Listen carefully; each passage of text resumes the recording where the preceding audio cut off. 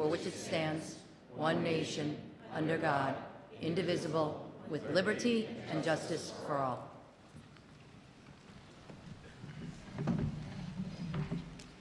Here come our very talented Attleboro High School chorus students.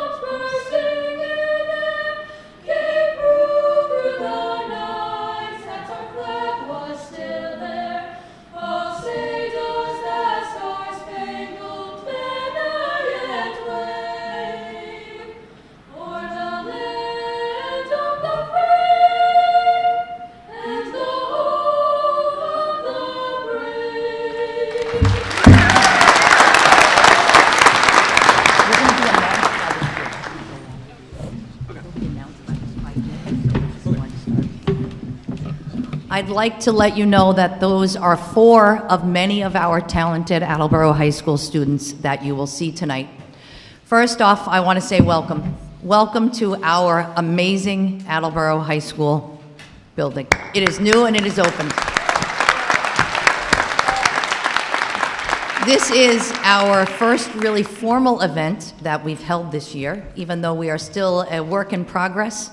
We are open and we have amazing things going on. I'd like to thank everyone who is sitting here tonight because there was a lot of time and effort and sweat and labor that went into getting us to the point where we were able to open these doors of this school for our students. And it did not come easily, and it did not come without determination. So thank you for all of you for allowing us, as I say, it is a privilege to work here and be a part of the amazing things that happen. Tonight you will see our students, you will see some staff, and you will see some very talented people who want to become your next mayor. So Mr. Miller, Mr. Ian Miller, will be starting us off and also welcoming everyone. But I want to, as we said earlier, I want to thank our school committee. I'd like to thank Superintendent Sawyer, to the staff that are here, to all of the students. I'm already proud of you. We haven't started. You've already done an amazing job. So please remember, audience members, that this is an event that was run, that has all been done by the students. So we do appreciate appropriate applause, but we know that when you run a real debate, we're on time constraints. So please remember to be the amazing, appropriate audience members that we always are here at Attleboro High School. Mr. Miller, Mr. Miller.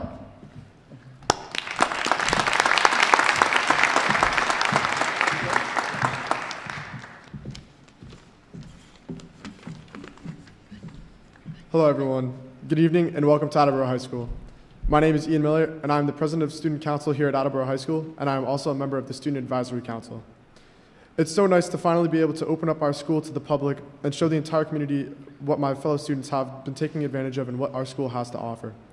I would like to start by thanking Mr. Baroni, Mr. Davis, Ms. DeSimone, and Mr. Delisio for their excellent cooperation and all their enthusiasm throughout this entire process.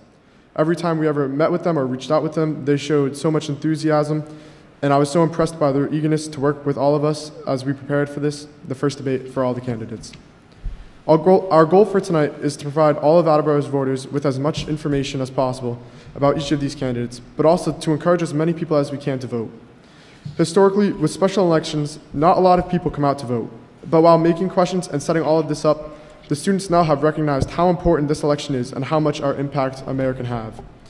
And we hope all the voters recognize this too, and everyone comes out to the voting polls on February 28th. This event has been entirely student-run, from the student council handling the logistics of everything to our new Action Civics class, creating almost all the questions you will hear tonight. Of course, people like Mr. Gorman, Mr. Westwater, and Ms. Pereira were always there to help us along the way, but the students were really the driving force behind it all. In addition to learning more about the candidates, we all wanted to showcase the amazing things our students are able to do. And we all thought, what better way to do this than through this civic forum? For all of us involved, it has been a very unique experience. But my hope is that we are just paving the way for more student-run events to come. The new school opens up so many more possibilities that just weren't feasible with the old school. Not only that, but so many students within the school are yearning to make an impact on this community, and we're jumping on this opportunity. Events like this are so important because not only does it provide a new way for all of us to learn, but it provides a beneficial service to our entire community. Now, I'm sure you're all eager to hear this debate and find out what each candidate is all about, so please allow Zach Medeiros to give a rundown of the debate. Thank you, Ian. I will be moderating this event along with my co-moderators, Austin Bowie and Morgan Tallover. Before we get into the questions, each candidate will have 2 minutes to give an opening remark. Those will begin after I go over the format and rules of tonight's debate. As Ian mentioned, students from our civics classes developed the questions that will be asked this evening. As such, students will be the ones posing the questions. We will be asking different types of questions about the following topics: revitalization efforts, economic issues, social issues, and leadership style and getting to know you questions. For the first 3 types of questions, the first candidate will have 1 minute to respond, and the remaining candidates will each have 45 seconds, and then the first candidate will have an additional 30 seconds to provide a rebuttal and/or concluding remarks before we proceed to the next question. For the fourth question type, each candidate will have 30 seconds to respond with no rebuttal. We will rotate which candidate answers first as we go through the questions. When the questions conclude, each candidate will then have an opportunity to make their closing remarks. As Ms. Campbell mentioned in her earlier remarks, I would like to reiterate that we are asking the audience to limit themselves to polite applause. We have lots of questions to get through and want to keep things moving. Now I will turn the microphone over to Morgan to share about the opening remarks. Each candidate will now have a maximum of 2 minutes for their opening statements. We have randomly determined the order off stage, and Mr. Delisio will be speaking first. Now, without further ado, I welcome Mr. Delisio to make his opening statement.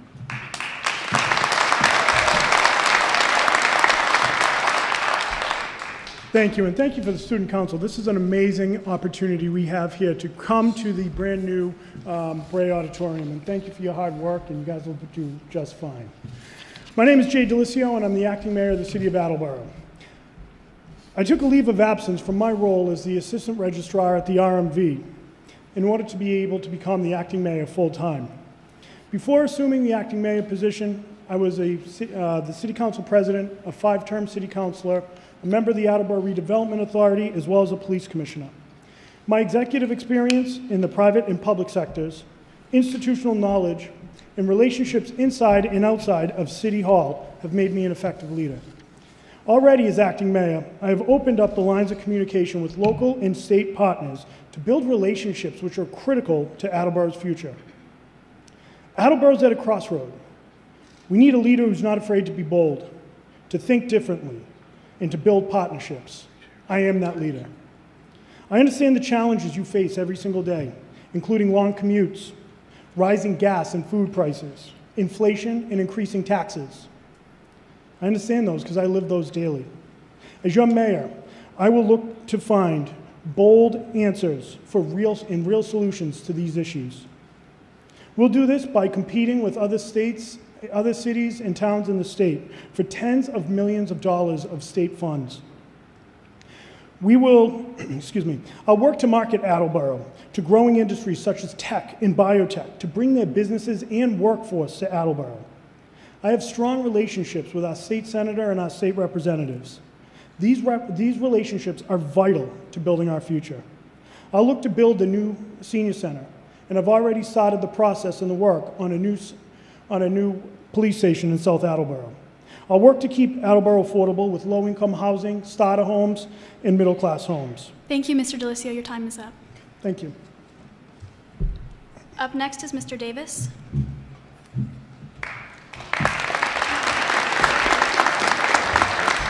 Good evening. My name is John Davis, and I'm a former city councilman. First, I'd like to thank the Student Council and all the people here at Attleboro High School who put together this wonderful event. It's given the opportunity for the 4 of us to engage what is essentially a public interview for a job.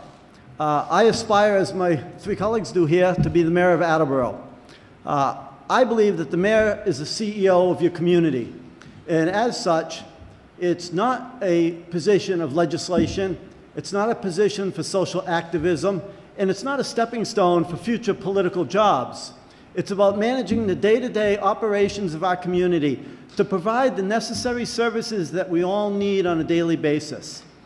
I believe my extensive experience in municipal government, first as a member of the Planning Board, then as chairman of our city's Charter Committee, as a commissioner to the Regional Planning Authority, to the president of the Board of Directors of Self-Help, which runs all the federal fuel assistance and Head Start programs for most of southeastern Massachusetts.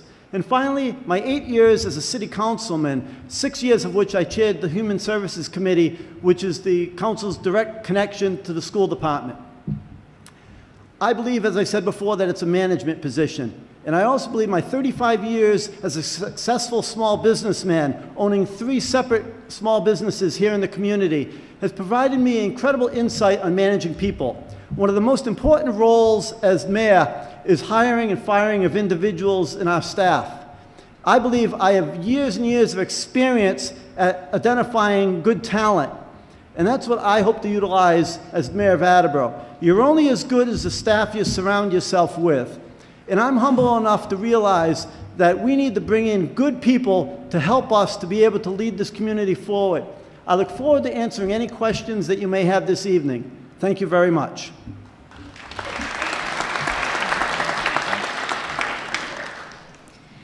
Up next is Mr. Baroni.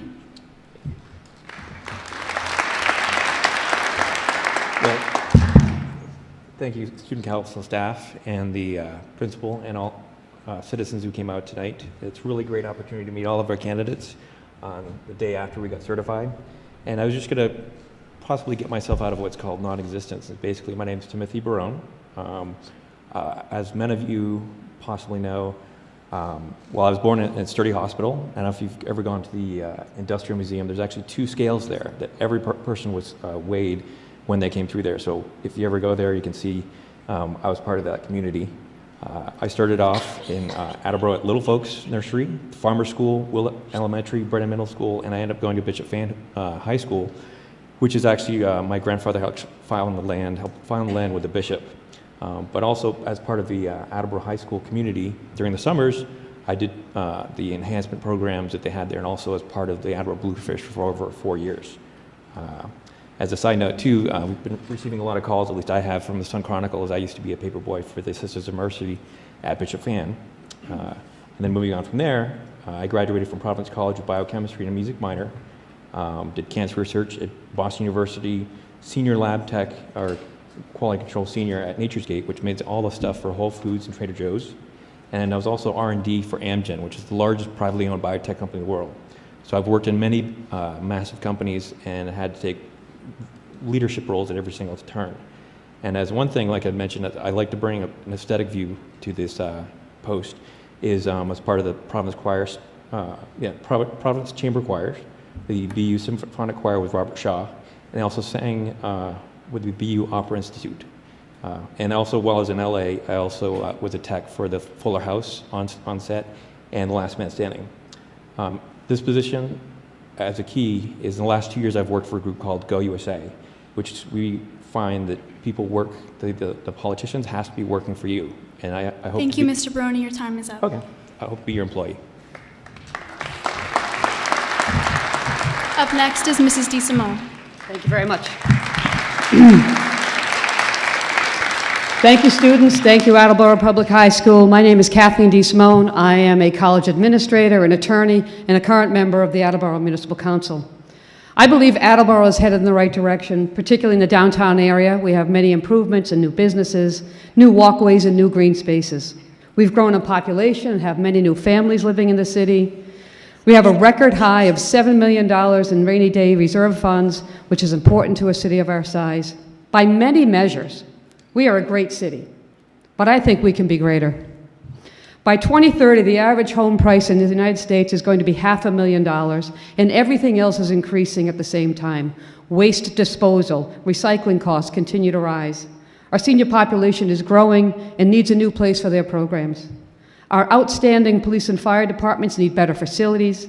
Our environment and water supplies need protection, and we need to preserve our open spaces.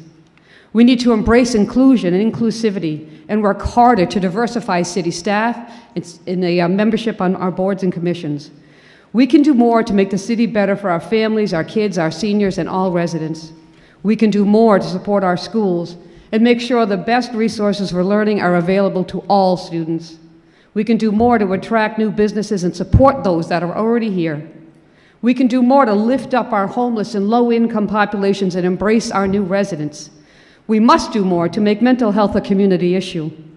We can do more to ensure that new homes are affordable across income levels and create diverse housing choices for our seniors and young families. We must do more to attract and retain our police officers, our firefighters, and our amazing teachers.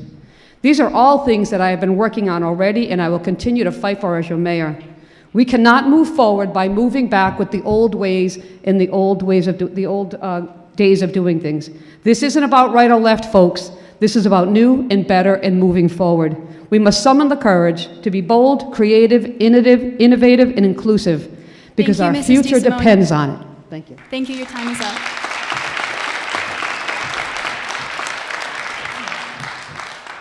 Before we enter our questions, I'd like to invite you all to stand at your podiums. And with no further ado, we will move on to question number 1.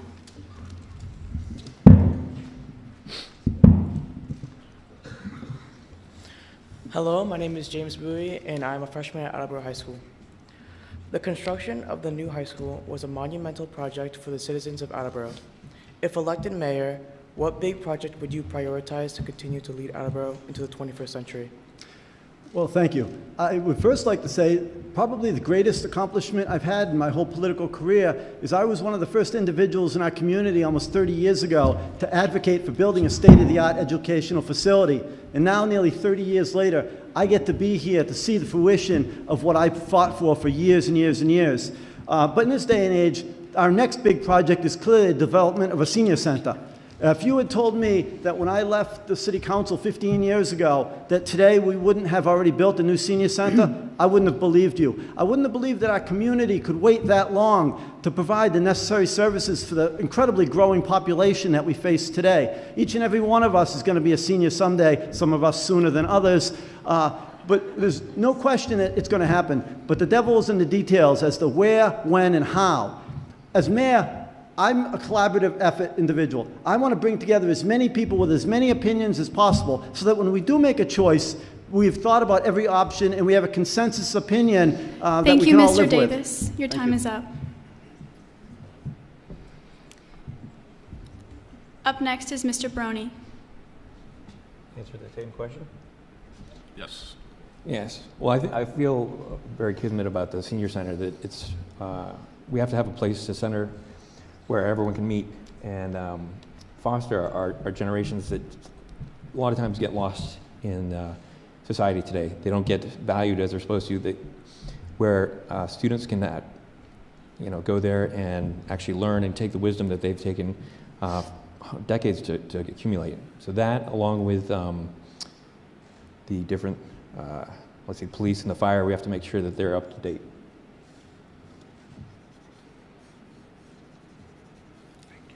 Thank you. Up next, Mrs. DeSimone. Yes, thank you very much. I love this question. But like a true politician, I have two priorities. I want to call them 1A and 1B. 1A is I want to build a senior center for John, and I hope he's very happy in it. The fact is, our population is growing to 12,000 to 13,000 folks by 2030. The seniors are active. They want to be involved in the community, and we owe it to them to build this center sooner than later. I fully support it. Number 2, and equally important, is the acquisition and protection of Locust Valley and all of our open spaces. This 120-acre parcel abuts conservation land. I do not want to see it developed because it could result in more than 200 homes, an additional drain on city services, more traffic on the roads. It would be ideal for walking paths and other passive uses, so that is equally important to me and important to the quality of life of all residents. Thank you, Ms. DeSimone. Up next is Mr. DeLisio. Thank you. Shocker, I'm going to say the senior center is one of them. But no, the senior center is really a key priority for moving the city forward. I had the opportunity this afternoon to spend time in the senior center with Acting Director Dennis Walsh to really see how we're outgrowing this senior center. The services that are provided are vital as our seniors are living longer, more active, more productive lives. And we need to be able to grow with that as a community. Also today, I started the process of a new police station in South Attleboro. We've all heard about the Joint Public Safety Complex. We can't afford another tax override or a debt exclusion right now. So what we need to do is look how we can be creative with our existing properties. And the South Attleboro Police Station will do just that and add response time to our residents in South Attleboro. Thank you, Mr. Delisio. We will now go back to Mr. Davis. Thank you very much. Okay, I agree with my friend Kathleen that acquiring Locust Valley property to preserve the strategically located open space is a great idea. And I think also, I agree with my friend Mr. Delisio that we would have all liked to build a joint police and fire headquarters, but the idea of there being a tax override any time in the rest of my life seems highly unlikely. Thank you. On to question number 2.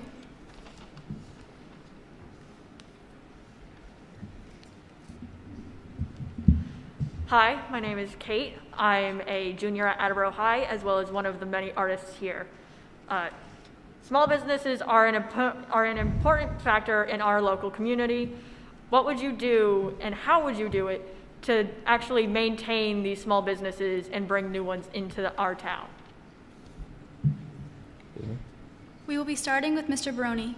Okay, well, I'm very glad you asked that question. Thank you, Kate. It's actually one of the reasons I running for mayor, is over the summer, parking in Attleboro was increased by 67%. Now, when I talked with the finance, they said that, well, we had forgotten for 17 years to raise it. And I understand things like that happen, but he said that we're probably not underwater. My key thing would be to roll back the parking and also invite more, because our downtown isn't as vibrant as it could be. There's a lot of many businesses there that are fantastic, but I think we really want to focus on the foot traffic and also reducing taxes. Because when I went to actually file for my bank for the campaign account, they mentioned that Attleboro had one of the highest rates of taxation for businesses, and you can't get more of a business tax base by increasing that and by having a more environment for businesses that the tax base will grow. Thank you. Up next is Ms. DeSimone. Thank you. So one of the first things I would do is give a shout out to our Economic Development Director, Catherine Ferrick, who is and has done a great job attracting businesses, particularly to downtown, Burgundy and Branditos, Comochi. It's fantastic. She's working now on a branding study, which is to give the city more of an identity to attract new businesses so they know what Attleboro is about. I would work with Catherine and her staff, the new TDI fellow, firstly, to aggressively pursue all grants, help applicants in applying for them, implementing them, and to streamline the permitting process to open a business in the city in the first place. Additionally, we need to remember that businesses need residents. To do that, we need to continue redeveloping the older properties in the mills downtown, because bringing residents to downtown is bringing consumers to downtown to support those businesses. Thank you, Ms. DeSimone. Up next is Mr. Delisio. So we talk about what Attleboro used to be. It may not be what it used to be, but let's talk about what it can be. Let's take an opportunity to market Attleboro. We have some of these old properties. I've already started the discussions to bring Attleboro back to part of the Brownfield Support Team 2 projects. This way here, we can rehab some of the old buildings. We need to bring housing downtown. There are grants available, there are programs available to us where we have the 2 train stations, where we can build dense housing around the train stations. This is going to attract new businesses to our downtown. It's also going to help us grow our consumer tax base. We'll market it, as I said earlier, to different types of businesses we haven't seen here before. We can do this, we will do this, and I met earlier this week with the Chamber of Commerce president, Your time is as up. well as our new TDI fellow. Thank you. Up next is Mr. Davis. Thank you. As I said in my opening, over the last 35 years, I've owned 3 successful small businesses here in the community. And one of the things that I experienced that first got me involved in local politics was all these miscellaneous fees and essentially obstacles that we put in the way of people trying to start small businesses. You know, local government doesn't create jobs, but it does an incredible good job sometimes of stopping that. As mayor, I want to work collaboratively with people who aspire to be entrepreneurs like I was. I've had several opportunities to meet with Tracy Barboza from Mass Development. Tracy's job here in Attleboro for the next 3 years is simply to help people interested in developing the downtown to get grants and funding for their businesses. I can't believe the opportunity we have through that, at no expense to the city. Thank you, Mr. Davis. Your time is up. We will now go back to Mr. Baroni. Well, I think everyone made an excellent point, but I'm glad as well to work with every staff member to make sure that we bring the correct businesses, and as many businesses as possible that, like I said, have foot traffic, and I think we have a great opportunity as well with, it's sad, but the Emerald Square Mall and a few of the malls are flagging during the COVID that we could revitalize our downtown. Thank you. On to our next question, question number 3.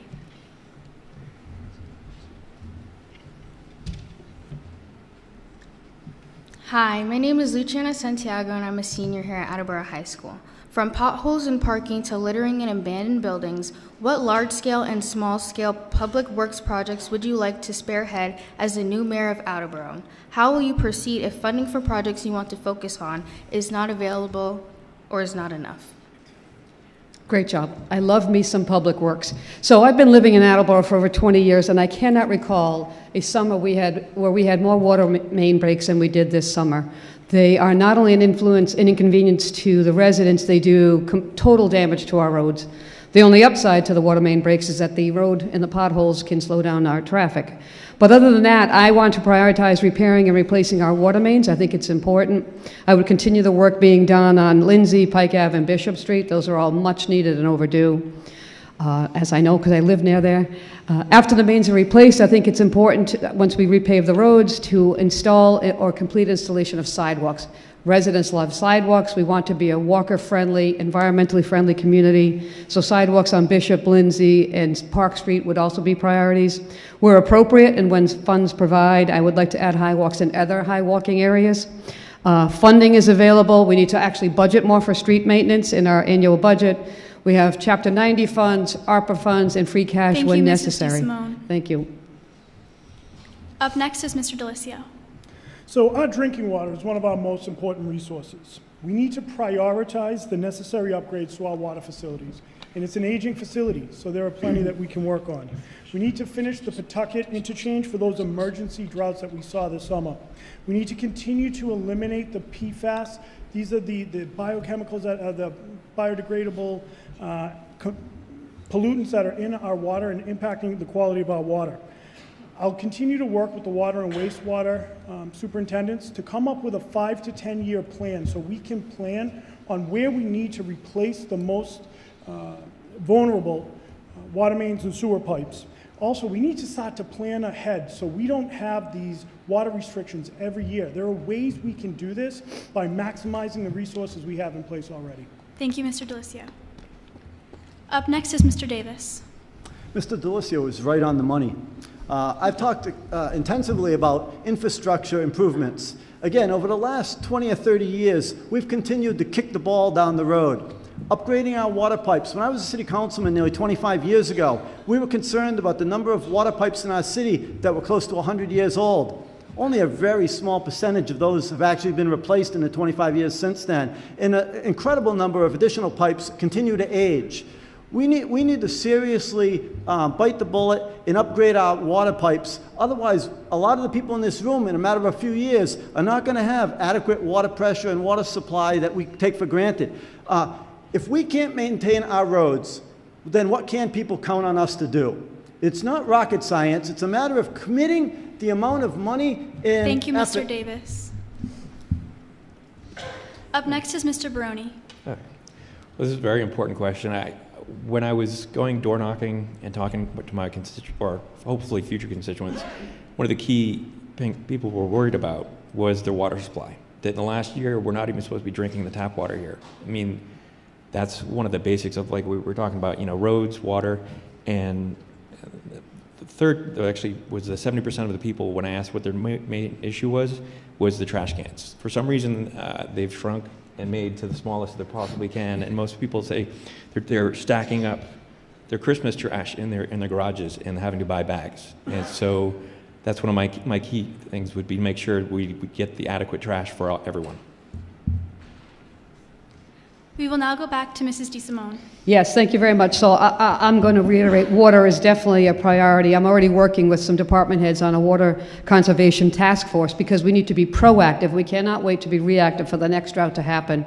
We need to think about using more drought-resistant grasses and plantings in the cities. One of the biggest users of water is, in fact, the city. So we need to plan ahead for reducing our use and being more mindful. In terms of PFAS, we absolutely need to do whatever we can. It's an issue that affects not only Massachusetts, but the whole country. And frankly, we need support from the state and federal government to fight that battle.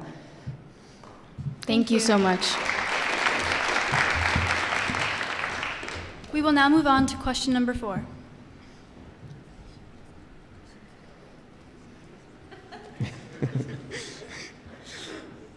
Hi, I'm Zain Assad, and the treasurer of the Student Council. What are some issues related to the environment and sustainability are important to many Attleboro voters? Please share with us your thoughts on this important topic. For instance, what would you do to support sustainability efforts in our city, and how might you make Attleboro a greener, more environmental friendly city? Really great question. Thank you. Well done. The city's taken on some great environmental initiatives, and I think that where we make real change is where we have a collaboration between private and public. Development has changed, and there are incentives available to developers who use environmentally friendly materials. So I'm going to look to encourage developers to use those materials, especially on new city buildings. Also, I'm going to look for the new city buildings to be LEED certified, which is going to help, and there's going to be a solar component to that as well. We need to maximize the fact that we're a green community and take advantage of all those benefits that come along with it. The other thing is, I've already started conversations to look into solar fields across the city. There are solar projects that are going on, but this would be a solar field where, think about this, we use the power of the sun that's already coming down to power the city buildings.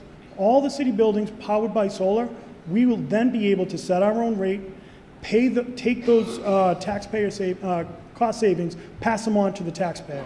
It's pretty great stuff. Thank you, Mr. Delisio. Up next is Mr. Davis. Thank you. The city has made steps forward. Mike Davis, former city councilman who's no relation to me, was involved with a group of people that created an environmental master plan that the city is going to take a look at. And the city council now is considering creating a committee, a sustainability committee, to look at different ways in the future of making our resources more sustainable. Trash is one of the big things that we need to consider as far as the environmental impact. We have obviously a trash system that doesn't work. If you just look at how people are dumping stuff on the side of the roads in unpopulated areas, you can see that our present trash system doesn't work. To me, that's a simple environmental issue that we can deal with. Another is our stormwater runoff. We have so much sand and salt going into the pipes that go directly into our water. Thank you, Mr. Davis. Up next is Mr. Baroni. Okay, well, I'm glad you mentioned this, especially when I jump off the trash bit, is that I don't believe in legislating morality.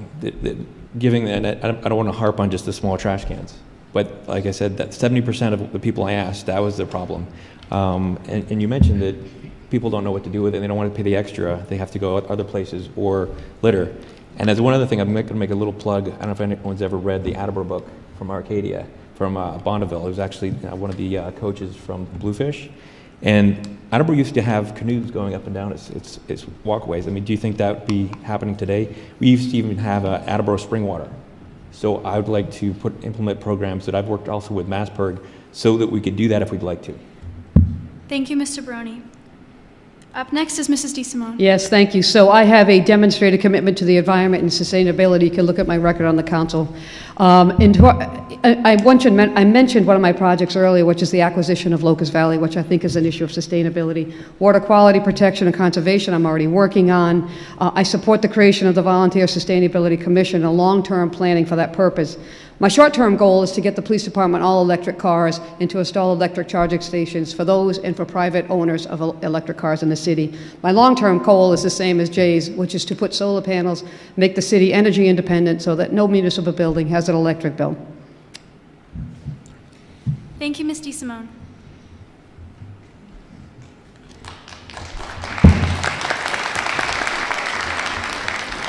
I would now like to pass off the moderating to Austin Bowie.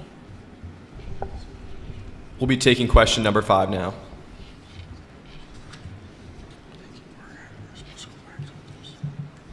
Hi, my name's Rebecca Rainey. I'm a senior here at Attleboro High School. What will you do as mayor to make the city more attractive to non-Attleboro residents? Mr. Davis will leave us off with this question. Well, I'm assuming by attracted to non-Attleboro residents, you mean people who come here to frequent businesses rather than people moving here from other communities? I'm going to assume that you mean creating business that will draw people to our community. And the reality is it's simply a matter of creating a critical mass of things for people to do. People are not going to travel to Attleboro to do one activity. But if we can build up our downtown and build up other economic areas in our community where people can come here and do 3 or 4 different activities on an afternoon or on a weekend, we're going to get a lot more people coming into our community and leaving their tax dollars at our local restaurants and other shopping facilities. Thank you, Mr. Davis. Up next, Mr. Baroni. Well, I appreciate you asking this question. This dovetails into what I was talking about before. Is I moved my small business into downtown, the 2nd floor on the Stanford building. And it might seem like I'm harping on one thing, but when the rates were raised 67% on parking, I don't know if you ever heard of a speaker named T. Harvey Eckert. He said, how you do anything is how you do everything. So I felt like I wouldn't have moved here for business, that we have to create an environment that they know for the next 5 to 10 years that they solidly have a business and that they have the clientele and the backing of the city hall, and no whim or passing the buck of who's charging. Because when I was at city hall, I went to the finance person. They said, go talk to the mayor, and the mayor said, well, you probably should sue the city. And then they said to go to the city council. And so, like I said, creating environments for the business is there, and they know. Thank you, Mr. Baroni. Your time is up. Thank you. Next up, Mrs. DeSimone. Thank you, Austin. So first of all, I want to point out that we already have quite a few great attractions in the city: Capron Park Zoo, the Arts Museum, the library, Lee's Pond, but there's certainly room for a few others. The first thing I want to do is promote community and event spaces. I'm thinking particularly of the pavilion, but putting it at Capron Park, which Mayor Dumas was working on shortly before he left. I'm also very interested in expanding the number of restaurants. People love restaurants. We want to go out to eat. I think that we need to have more diverse options. And I think another popular option would be a rooftop bar or lounge somewhere in the city so that we could all look out over the city would be awesome. A bakery would be nice, maker spaces, more public art, more event spaces to make the city more attractive. And I would love to see something like a carousel or a merry-go-round for kids, and absolutely more trees and plantings in all of our hard spaces. Thank you, Mrs. DeSimone. To Mr. DeLisio next. Thank you, Austin. So there's already plans for a rooftop bar. I found this out yesterday when I was meeting with the Chamber of Commerce, so that's going to be really exciting. I think our skyline's changing, so that'll be great. But it's important to take advantage of the fact that we have some of the best access to public transportation with the MBTA and GATRA. Now, I'm working with State Rep Hawkins on the South Attleboro train station. We need to get that open. But I had the opportunity to sit down and meet with GATRA earlier in the week to talk about how we maximize that relationship, because it begins with partnerships in order to properly market Attleboro. Let's look at some of these different ways that we can bring workforce housing downtown. Then we can fill in with some more restaurants, the butcher, the baker, the candlestick maker, the things that make our Thank you, economy Mr. DeLisio. Back to Mr. Davis. Mr. DeLisio alluded to an important point. We need to learn how to better market ourselves. You know, we're in a competitive world nowadays, and it's amazing what some communities will do to try to attract revenue, whether through tourism or general business. You know, we need to decide what kind of a community do we want to be, and how do we sell that to people out there in the world. Thank you, guys. Thank you, Mr. Davis. Up next, we'll be taking question number 6.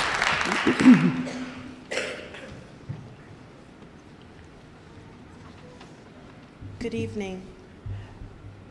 My name is Gina Rosario. I'm also one of the many artists that work here at AHS, and my question to you is, homelessness, housing prices, and food shortages are hardships seen nationwide, and Attleboro isn't immune to these challenges. What is your plan to work through these issues and resolve them? We are particularly interested to hear how and where you would expand affordable housing in Attleboro. Mr. Baroni will lead us off with this question. Okay, well, thank you for that.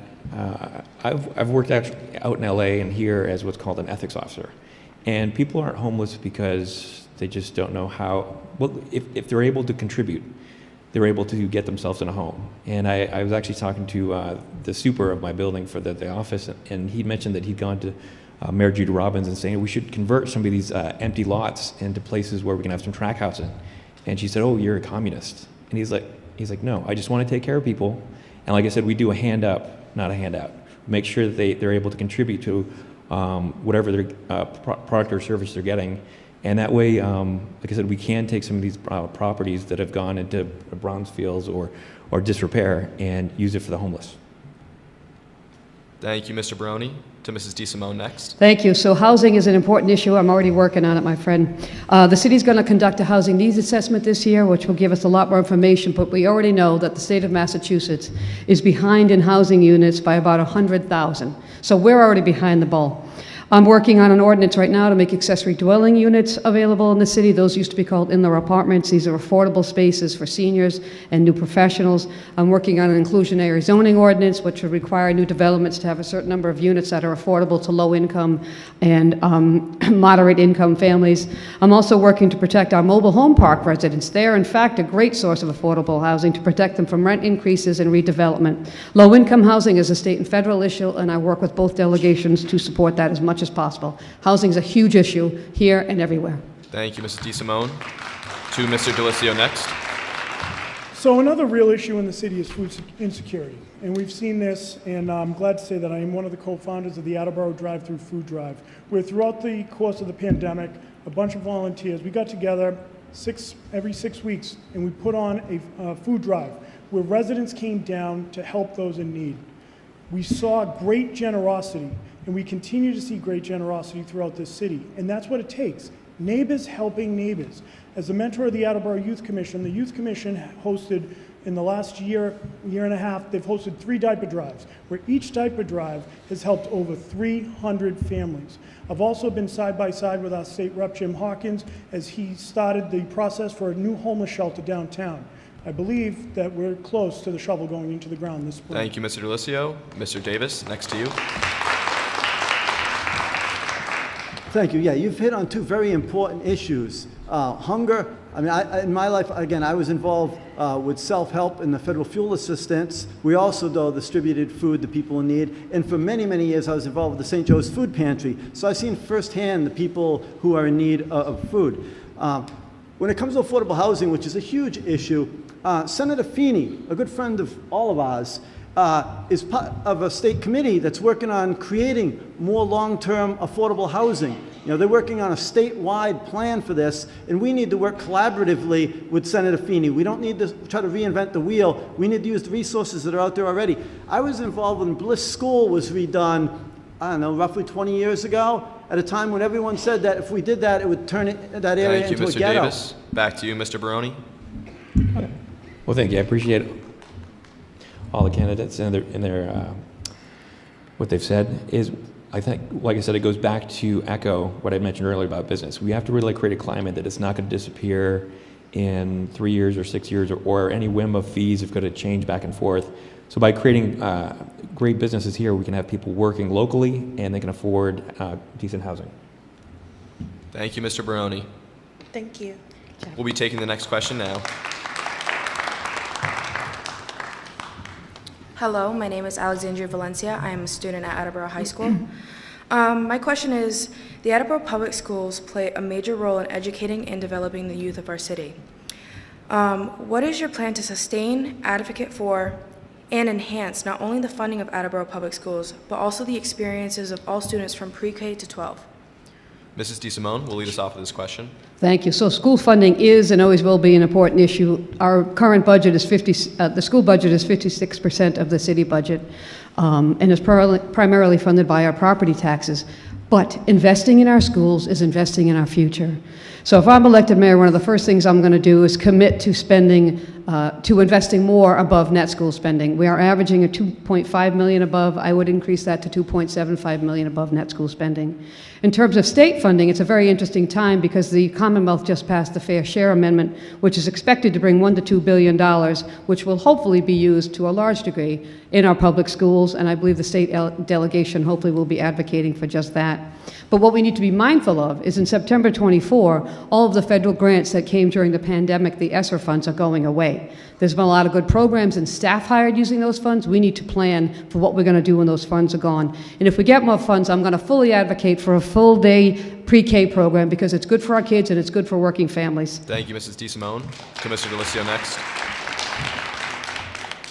Communication is critical, and I've built over the years a good relationship with our school committee and our school department, as well as school administration.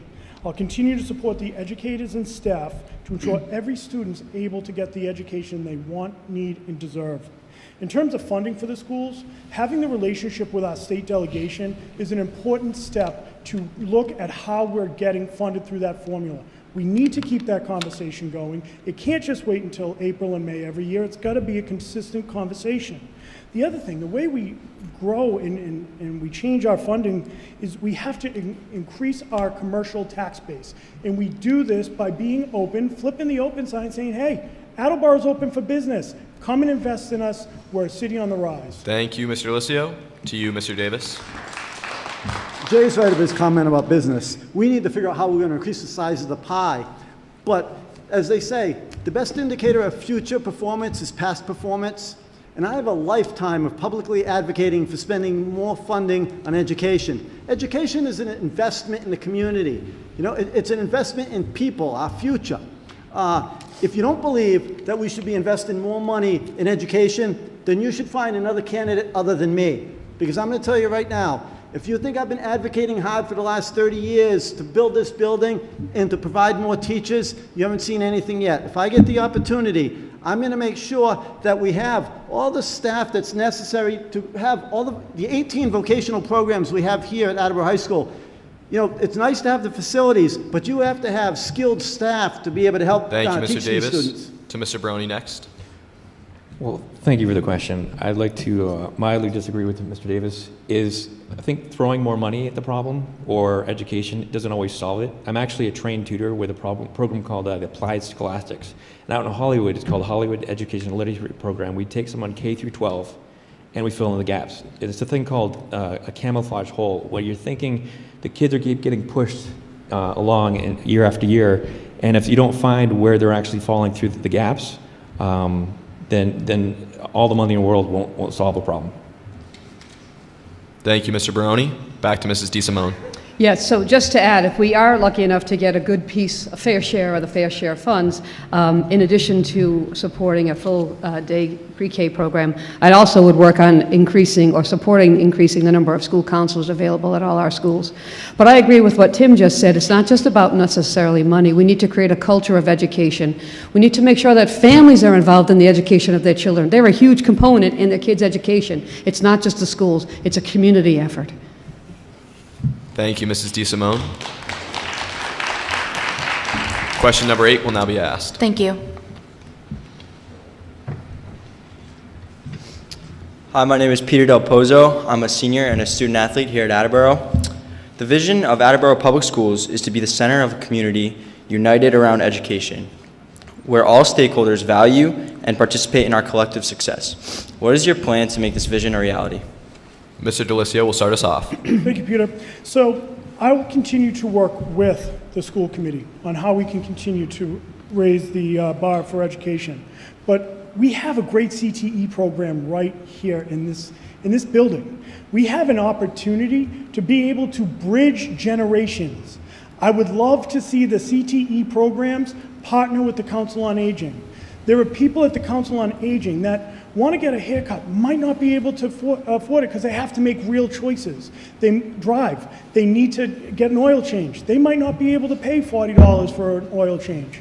Let's take advantage of what we have here. What a wonderful way to really bring two generations together. I think that we have the opportunity, we have the means, and now's the time to do it. Thank you, Mr. Delisio. To Mr. Davis next. And I agree with most of what my friend Mr. Delisio just said. And your question has essentially been the speech that I've been giving for almost 3 decades, that our educational system is the hub of our community. You know, the way we convinced the public to fund a building like this was the multi-uses that it would provide. You know, adult education, and as Jay pointed out very well, the connection between the public and our vocational programs.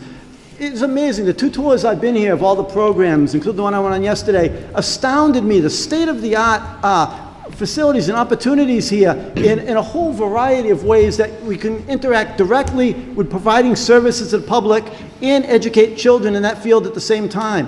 What better collaboration is there? Thank you, Mr. Davis. Next to you, Mr. Baroni. Well, concerning the Attleboro public school system, I don't know if you've ever heard of a university called University of the Ozarks. Is actually every single student has a job within the university to run the university, and they have responsibility. And by doing that, it's not waiting until they graduate to give them the responsibility of how to run the city and help the city gain its goals and work together. And as a second point, I think it'd be important, on many of the questions you've asked us tonight, is to do crowdsourcing with all the children and young adults and make them a part of the solution of all the things we're trying to solve tonight. Thank you, Mr. Baroni. To Mrs. DeSimone. Thank you. So until fairly recently, I was involved with a group called Be Heard, which is organized by the Attleboro Public Schools to increase community engagement. Community engagement is a two-way street, right? We need to get the kids and the schools out into the community and get the community in to see the kids in the schools. It's an important work. It's ongoing, but there's a lot more we can do. I think a wonderful example of community engagement is the Blue Pride Bistro, which I've been to several times already. It's a fantastic space. It is one of the CTE programs that I think is awesome. But I'm really super happy. I've talked to Principal Campbell several times about bringing back the adult evening enrichment and continuing education classes that we had at the high school a decade ago, more than a decade ago. Get the community in here, see the great things that are happening, give people the opportunity to learn and get the benefit of the building they paid for. Back to you, Mr. Delisio. Thank you. Yeah, I think the adult education component is really important. My understanding is that that's already a work in process, so I think we need to continue to foster that. The other thing, when we think about collaboration and partnership, I 100% feel the mayor should be a part of the discussion with the school committee. I do not feel as though the mayor should be the chair of the school committee. There needs to be that separation. We've tried it in the past. It hasn't worked. As a mayor, I would not support that initiative. Thank you, Mr. Delisio. I'll be handing over the mic to Zach Medeiros. Thank you. Thank you, Austin. Now we will be moving on to part 3, social issue questions, and we'll start with question number 9. Hi, my name is Ava Bliss. I'm a senior at Attleboro High School and a Black Student Alliance member. As Attleboro becomes an increasingly diverse city across a number of different demographics, what will you do as mayor to ensure that all people, multilingual speakers, people of color, and those with varying abilities, are seen, heard, and represented through our city? Mr. Davis, we will start with you. Well, thank you for your question. I was actually a student here at Attleboro High School. Actually, I think I'm the only one of the 4 of us who was actually an alumni of Attleboro High School. I was here in the early 1980s when we first had an influx of students from Cambodia and Laos. And the adjustment they had being here at Attleboro High School was not easy. So I've seen firsthand how difficult it is for people of different backgrounds to try to assimilate and make themselves comfortable in a new environment. As always, I believe everything should be a collaborative effort. I think maybe we need to create a committee of diverse people to consider the different methods that we could do to make people feel more comfortable in our community. Thank you, Mr. Davis. Mr. Baroni. Well, thank you. I think right now it's a really hot button issue about race and diversity and whatnot. My main key things that I've always brought up, and it can be controversial, is that the best way to stop racism is stop being racist. We shouldn't be doing, quotas. We want to make sure people are involved. We just treat people as an American, or whatever nationality they are, and as a quality group, instead of trying to divide us and make it more difficult to find our similarities, that we have actually more in common than differences. Thank you, Mr. Baroni. Ms. DeSimone? Yes, thank you. So I believe in embracing inclusivity and diversity of all kinds. It's something that I've been working on and am committed to personally. During the pandemic, I had the honor of participating in a wonderful program called Neighbors in Dialogue, which was ongoing conversations about race and racism. And I've learned many things and continue to learn many things in that process. Number one is you have to see people. You have to see people, you have to respect people, and try to understand where they're coming from, how they feel, what their lives are like. I think at the end of the day, it's about getting together, because I do agree with Tim that we are far more alike than we are different, but the first thing we need to do is see each other, honor our differences, and then beginning to realize all the things that we share. Thank you, Ms. DeSimone. Mr. Delisio? We have to be able to listen and hear what's being said. We have to understand what other people's pain is. I'm speaking from a place where my nephews are brown-skinned. They're Mexican, and they've been called some of the worst names imaginable. And that hurts. It drives to the heart of a family. We have to have the resources that are available to those families, to those individuals when that happens. It tore my family apart when my 8-year-old nephew at the time came home and used some of the words. But it was real. And it's a real issue that's out there, and we need to work together collaboratively as a community if we're ever going to truly make the difference we need to make. Thank you, Mr. Delisio, and back to you, Mr. Davis.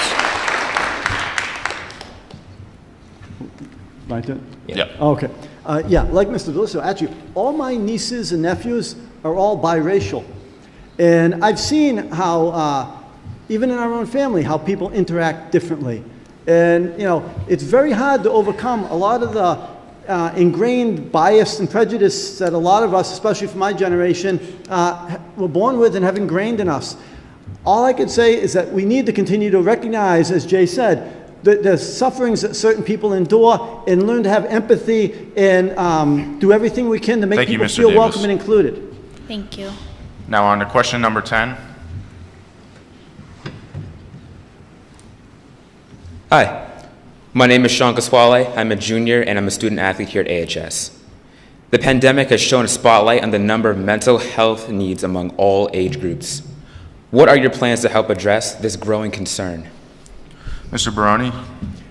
Well, I appreciate you bringing up this topic. Mental health is absolutely key. If people aren't healthy, mentally, physically, spiritually, everything else gets thrown out the window.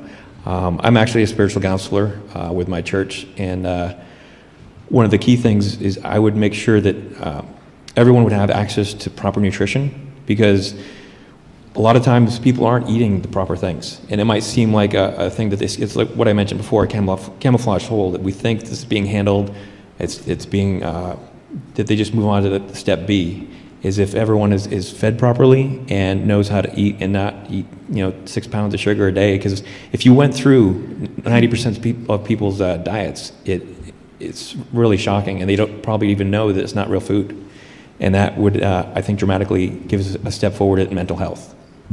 Thank you, Mr. Baroni. Ms. DeSimone? Thank you. The first thing we need to do, and mental health is a hugely important issue to me, the first thing we need to do is normalize it. We need to have a conversation about it, be honest about it, acknowledge it, respect it. We need to have resources, start a community conversation about mental health.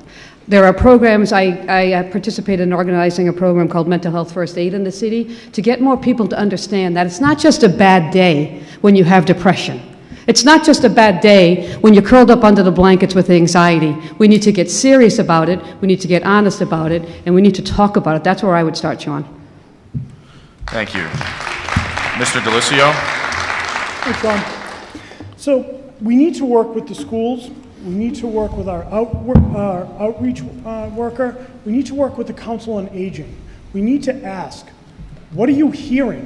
What are you seeing? What are you feeling every day?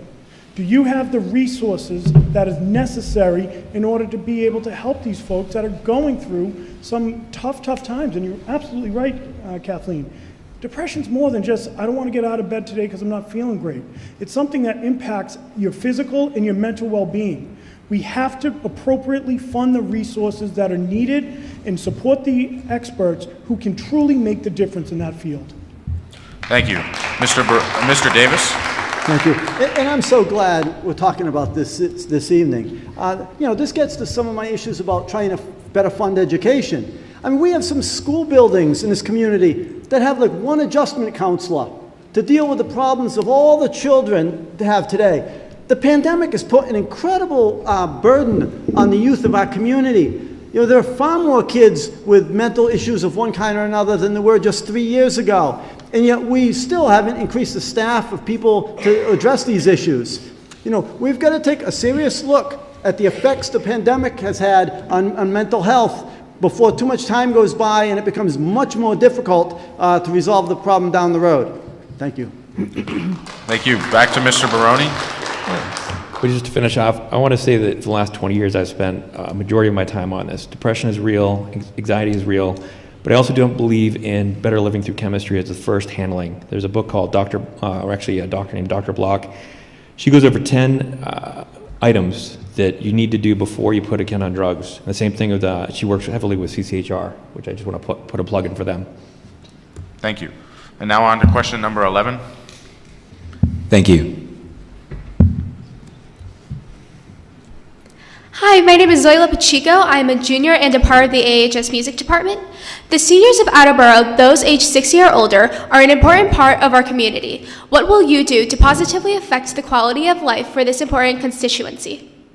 Ms. DeSimone? Yeah, so I think the first thing I would do, and I think all of us are planning on doing, is supporting the development of a new senior center.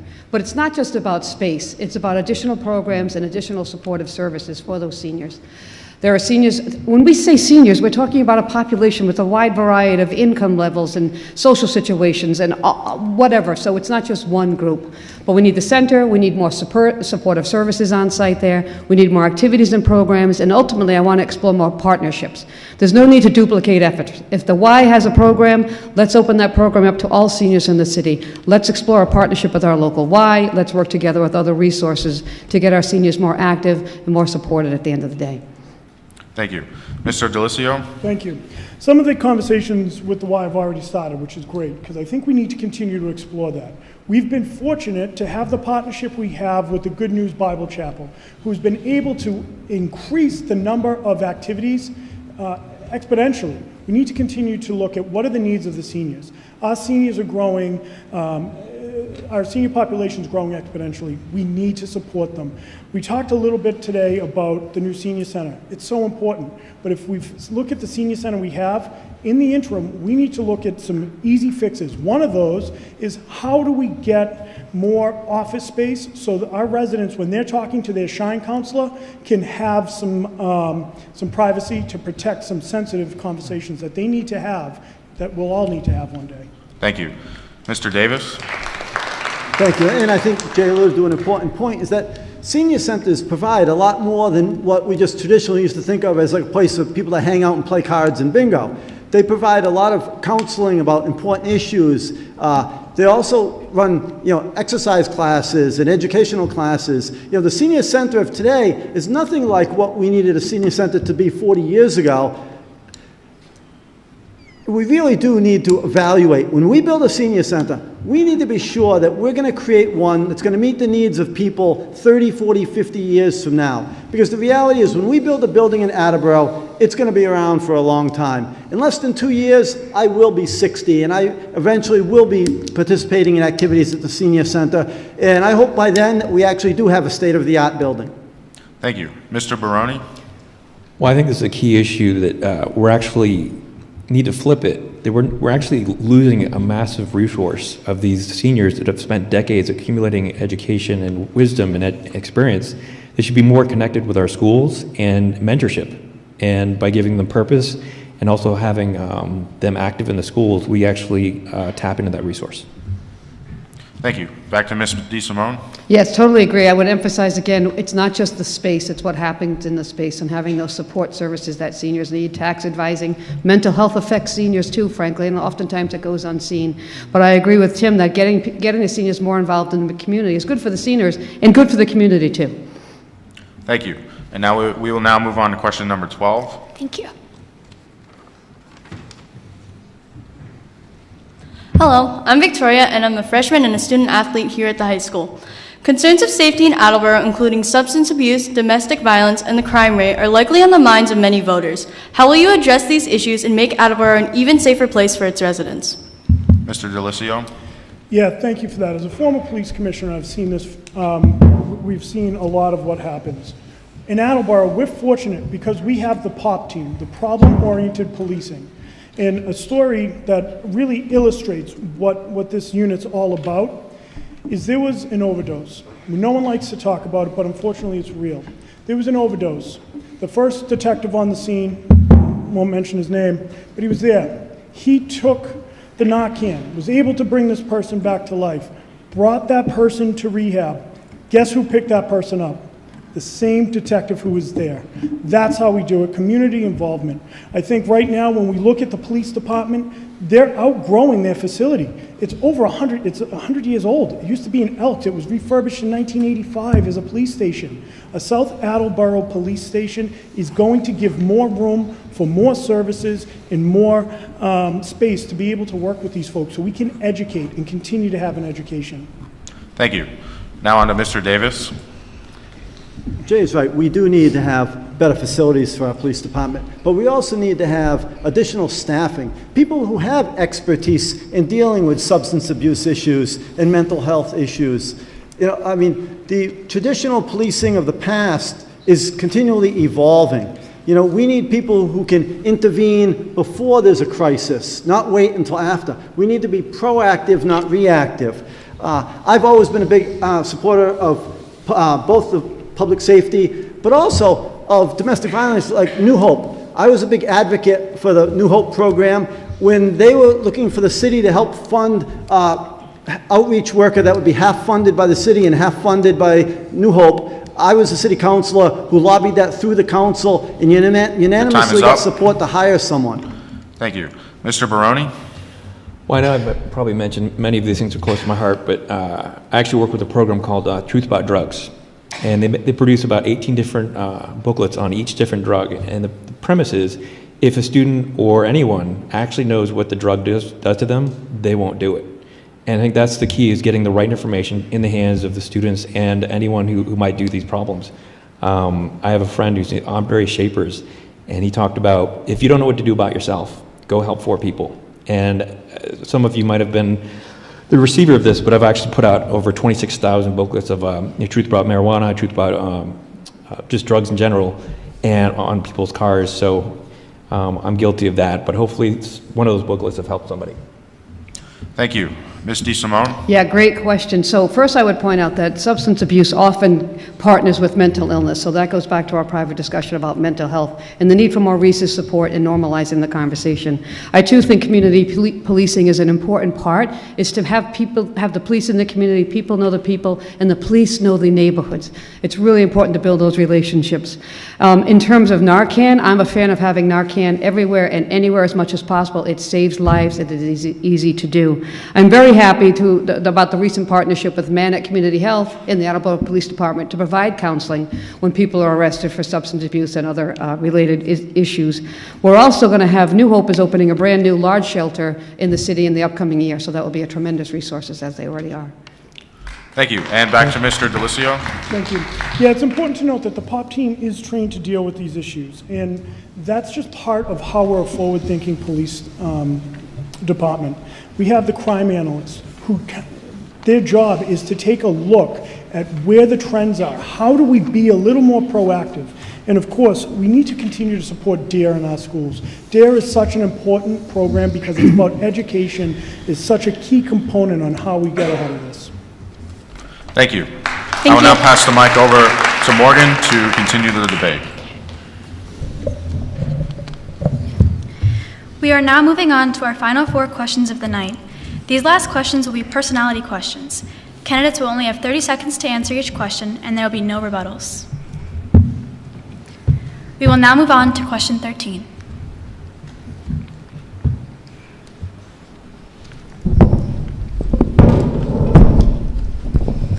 Hi, my name is Shauna Lamb. I am a freshman here at Attleboro High School.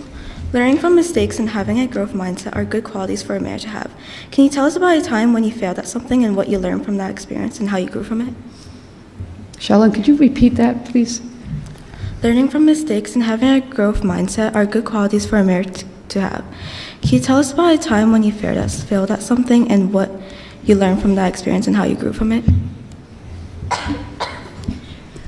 We will start with Mr. Davis. Tonight's event is a perfectly good example of that. As most of you know, I've run for mayor twice unsuccessfully over the last 25 years, and I learned a lot from that. I learned that 25 years ago I knew an awful lot about municipal government, but I didn't know enough about managing people. There are some things you only learn through maturity and through years of living. And I feel I'm a much better person at managing people today, and I think that provides me a much better opportunity to be a successful mayor. Thank you. Up next is Mr. Brony.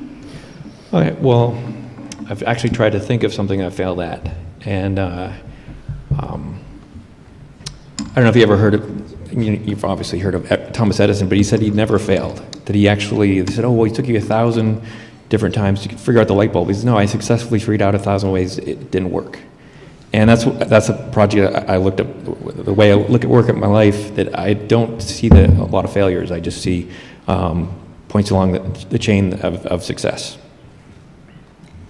Up next is Misty Simone. Thank you. So I am a relentlessly optimistic person and a huge fan of Carol Dweck's growth mindset. In fact, I told my kids about the growth mindset when they were very young. You never think that you know everything. You should always be open to learning, and I am. I constantly learn all the time. I love learning. If I could, I'd go back to school full time. I really love being a student. But it's important to be reflective, collaborative, communicative, and to continue to never think you know everything, to be open to new ideas and new people. Up next is Mr. Delisio. So I lost my re-election bid after my first term, and it hurt. But it gave me an opportunity to self-reflect, to look at areas that I could have improved. What could I have done? So I worked with my family, worked with my friends. I became a member of the Attleboro Redevelopment Authority. I became a police commissioner. This gave me the opportunity to take what is a failure, but turn it into a win and really help to continue to grow and learn. But it's like Michael Jordan said, and I'm paraphrasing, but he's been trusted thousands of times to take that game-winning shot, and he's missed more than he hits. We will now move on to question 14. Thank you.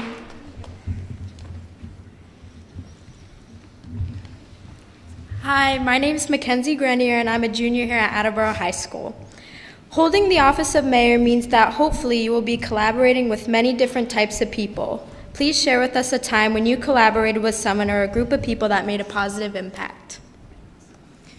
We will start with Mr. Baroni. I mean, when you say that, I think of, I try to read as much as I can. There's a quote that says, readers are leaders. And if I've ever read a book by Robert Kiyosaki, he said, C plus students, or A plus students work for C plus students. And the reason I just say that is that I believe I'm relatively smart, but I'm usually best about getting the best out of people. I don't think I know everything in the room. And as for an exact moment, I know I've worked many times when I was in my college days. We had to get projects done for events. We had like Weezer and a bunch of different bands. Thank you, Mr. Baroni. I got them in. Up next is Misty Simone. So one of the most recent meaningful collaborations I've had is working on the Neighbors and Dialogue Committee that we conducted the conversations on race and racism. That was a group of people from the citizen, just private residents, who got together and worked out difficult issues, had difficult conversations, and planned to have these discussions openly and honestly. And it was an amazingly collaborative, supportive event where you could be honest, because ultimately, if you want to collaborate, you've got to start by being honest with each other. Up next is Mr. Delisio. So at my time at the Registry of Motor Vehicles, we had a real morale problem when I first got there. So I collaborated with the union, and that was unheard of. Management and the union working together. But they said, my members, and I said, well, aren't your members my employees? And they said, well, yeah, sure. And I said, so why don't we work together? Let's make this a better working environment for our employees. So what has happened there is now we have that ability to collaborate. So when there was an issue, the union would pick up the phone and they'd call me and we'd be able to work through it. It's about communication and collaboration. Up next is Mr. Davis. It's a really interesting question. I like to think that almost everything that I've done in life that's been successful was a collaboration with other people. Almost all of my successes in business, when I was young, I was very successful in my 20s in business. But it wasn't because I was really smart. It's because I understood that surrounding myself with people who were much smarter and experienced than I was collaboratively beneficial to all of us. And I'd like to think that I've been collaborating with people on almost every major thing I've done in my whole lifetime. We will now move on to question 15. Thank you.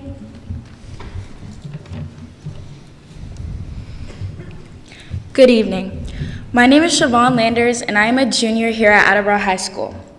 Many politicians, when interviewed, often share a favorite book or one that greatly influenced them in their formative years. Do you have any recommended reading for the students of Attleboro High? We will start with Ms. DeSimone. Yes. It's called Your Money or Your Life. I read it when I graduated from college and I started having the loan payments would come in every month. I didn't understand budgeting. This book was able to help me understand what really matters in life. It makes you assign a value to your time, a dollar value. And then you learn how to use that time most effectively and most rewardingly in your life. So I highly recommend Your Money or Your Life. Up next is Mr. Delisio. Hey, Siobhan. Tuesdays with Maury, hands down one of the most influential, game-changing books in my life. It really teaches you how to live through the vein of someone who's a mentor, who's going through tough times at life. I don't want to give it away. But a lot of the meetings took place on Tuesdays, and they were with Maury. But it was really just a great, uplifting book, which really taught you what's important and how to value those friends, family that mean so much to us. Up next is Mr. Davis. That's an interesting question, because most of the reading I tend to do is news-related, whether it's business or politics. I can't honestly say that there's one book that stands out that has really influenced me significantly more than any other, to be honest with you. I honestly think it's important in life to read as wide a variety of items as you can to get a diverse experience and background. But the truth is, most of my reading is the Wall Street Journal or the Washington Post. Thank you. Time is up. Now to Mr. Baroni. Well, thank you. That's an excellent question. Like I mentioned before, I love reading, so I'm going to cheat and say 3 things really quick. Profiles and Courage, the 10X Rule, and Everything is Figure-Outable. I'm actually going through Everything is Figure-Outable. If you start with that, anything in life is handleable. And going back to 10X Rule, everything you're trying to achieve today, actually achieve it, you're going to have to do 10 times the effort to achieve that. That's why don't get caught when you're at 30%. Thank you. We will now move on to our final question of the night, question 16.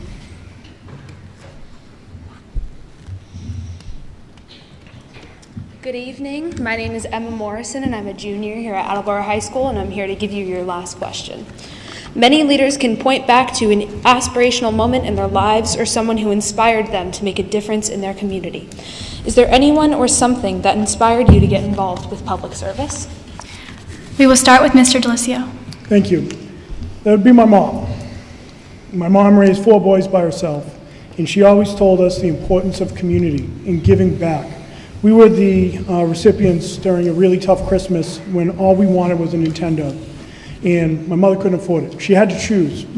Do I put food on the table, do I clothe the kids, or do I get the Nintendo? A group of neighbors came together, anonymous to this day, but we know, and they got us the Nintendo. So it's my mom. Thank you. Up next is Mr. Davis. I view my participation in local government as a way of public service, and I learned most of that from the former Attleboro High School track coach, Steve Newman. Those of you who have known me all my life know that I came here at Attleboro High over 40 years ago for one reason, to run track, and that was it. Going to class was just a secondary thing that you had to do in order to run track. I learned more from Coach Newman than I probably learned from half of the other people combined in my life. You know, I learned that helping other people is really what life is all about. And I know no one better than Steve who's an example of that. We will now go to Mr. Baroni. Well, it might be very controversial, but one of the quotes that I always think about is it says that whenever there's something bad happening, someone will say, some group needs to fix it, some government agency needs to fix it, somebody needs to do something about it. Well, the only person who can do anything about it is you. And it might be controversial, but I was out in LA a bunch, and I'll study anything to help anybody. It was L. Ron Hubbard. And as this last note too, I went to both the Republican convention this summer and the Democrat convention. They both had great ideas, and they both had bad ideas. Thank you. Your time is up.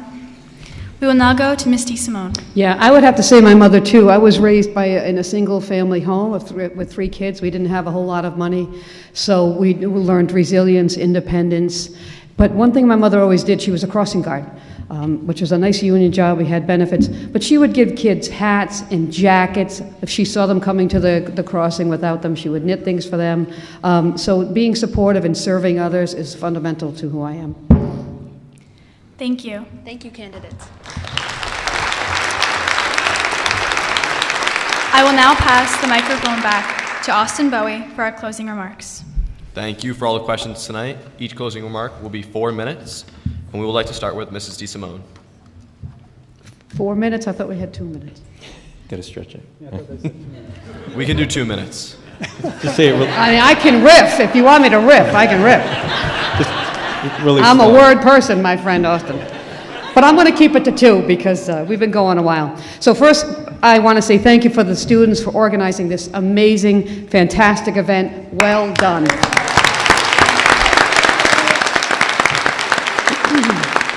You have made your parents, your teachers, and your community very proud. And I have to tell you that my hope for the future is stronger because of all of your efforts, friends. I am joined this evening by my spouse, Laura. Laura is an Army veteran and a math teacher at Brennan Middle School, and a hell of a good teacher, I might add. We have 2 teenagers live in Logan. For the teachers, parents, and caregivers here tonight, I'm wondering how many of you, like me, feel a certain sense of concern about the future we've created for our kids. Our kids are stressed, struggling with mental health issues in record numbers, and everything seems to be getting more expensive. To be honest, sometimes I wonder if my kids will even be able to afford a house in their home city. We need to do better, folks. I've been working for change for a long time, and I'm not running for mayor because I think I deserve it or because I dreamed about it. I'm running for mayor because, like many of you, I am a parent and a proud Attleboro resident, and I am not willing to accept anything less than the best future for our kids. We need to work together to create a new way forward for our kids and all residents. We need to work together to be an example of hope, strength, and community. We need to work together, ultimately, to show our kids that Attleboro loves them, that we value every one of them, and that their futures are secure. To the students here tonight and to all students, I promise you this. No matter where your futures lead, and I'm sure you'll all be amazingly successful, Attleboro will always be your home. And as your mayor, I will never stop working for you, friends. I will work to give your grandparents a new senior center and ensure that our veterans are honored and celebrated. I will continue to support the great work of our police and fire departments who keep your families, your roads, and your schools safe. I will work to have housing that you can afford to live in. Thank you, Mrs. DeSimone. We move on to Mr. Baroni next. Well, I mentioned I've grown up here since the beginning, and just to get a little bit of academic, I'd like to read 4 little quotes. It says, "We shall not cease from our exploration, and at the end of all our exploration, we'll arrive where we started and know the place for the first time." Like I said, I grew up here. I went to all the schools, went out to LA for too long, and now I'm back. And like I said, one of the other things that really got me wanting to run for as an outsider, because I haven't had the pleasure of being able to experience everything within the council, is the group I work with right now. It's Go USA.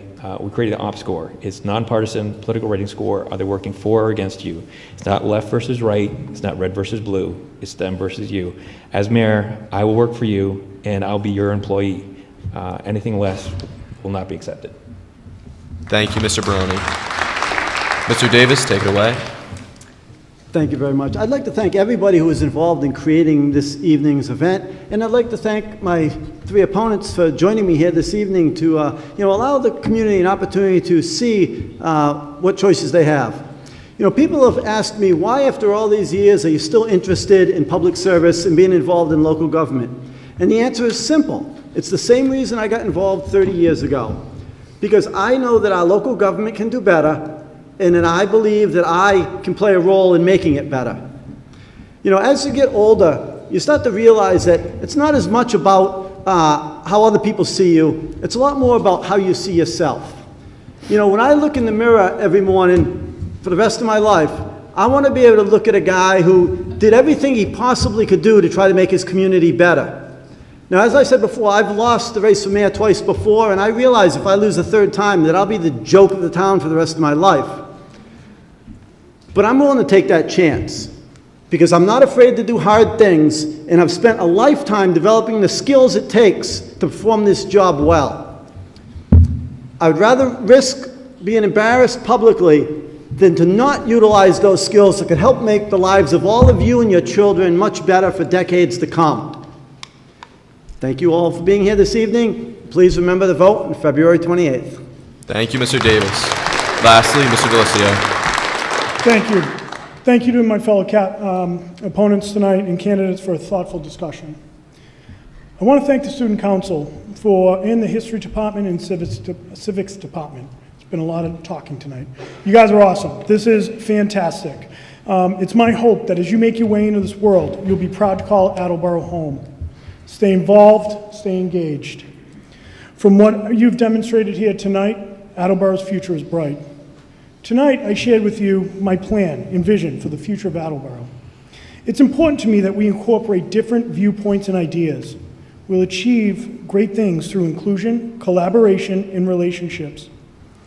I'll implement common sense solutions to current and future challenges facing our city. I hope you share my vision for Attleboro. I'm the only candidate in this race with the executive and municipal experience needed to lead this city and to achieve that vision. Blue Pride isn't just a slogan. It's a way of life in Attleboro. I think of my son Ryan, who will graduate from Attleboro High School in 2024, and he's soon going to go off to college and make his way in the world.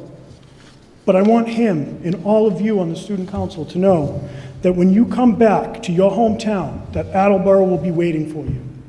Attleboro's at our best when we come together, and together we're going to do great things. Please vote Jay Delisio for mayor on February 28th. Thank you.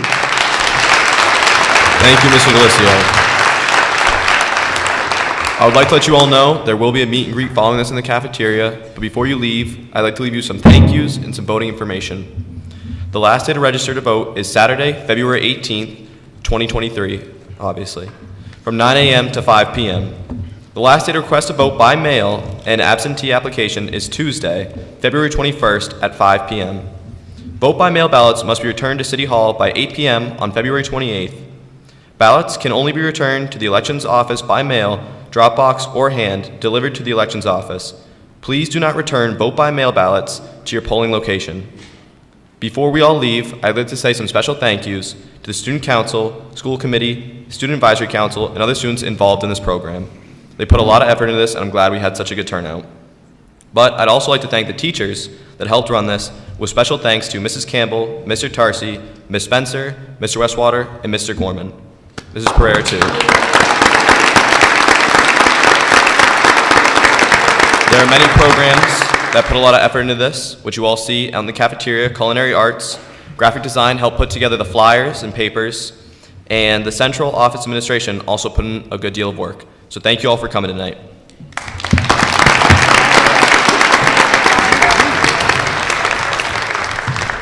Thank you all for being a part of our mayoral debate tonight. As I listen to everyone, students, I can't tell you how proud I am of all of you.